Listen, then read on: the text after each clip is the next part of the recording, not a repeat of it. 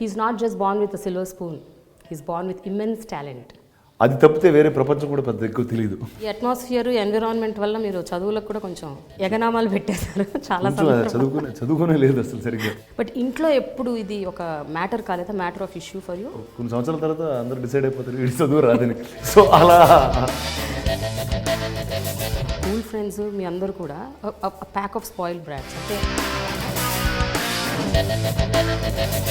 మీరు చాలా foodie person అని, జస్ట్ హాగ్ ఆన్ ఫుడ్. ఇప్పుడు కాదని ఎవరు చెప్పారు? నేను రంజాన్ వస్తే హైదరాబాద్లో 30 రోజులు తింటాను నేను. ఇంట్లో వాళ్ళు కూడా ఒప్పుకునే వాళ్ళు కాదట మీ ఇద్దరు కలిసి తిరగటం, కలిసి ఉండటం.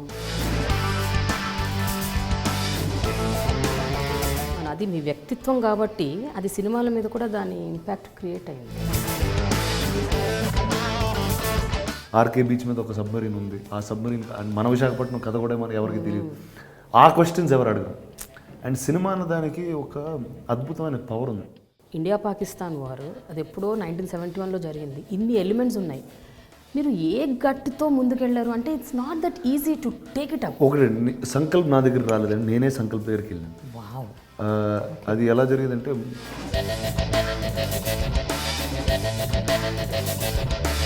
ఇప్పుడు if the product is not right tomorrow, it is not only Sankalp failure, it's all of its our failure together.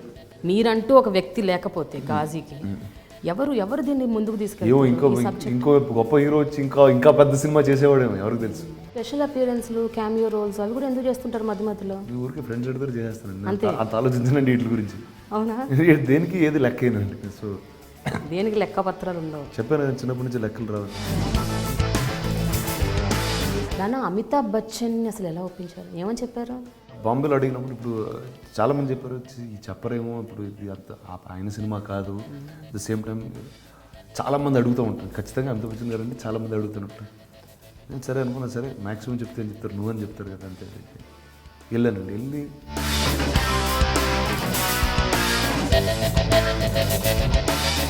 ఈ 2 సినిమాల కోసం అసలు మొత్తం తెలుగు ప్రజలందరూ వెయిట్ చేశారు గ్లోబల్గా.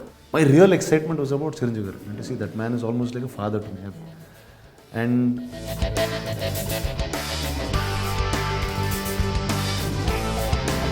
తెలుగు ఫిలిం ఇండస్ట్రీలో ఏ హీరో మీద లేని కాంట్రవర్సీస్ రానా మీదే ఉంటుంది. ఇప్పుడు నేను ఏ హీరో చేయని పనులు నేను చేస్తాను. అండ్ నేను ఒకటి నేను చాలా మంది హీరోలు చూశాను. అంటే వాళ్ళ హీరో అయ్యే ముందు నేను తెలుసు, హీరో అయిన తర్వాత తెలుసు.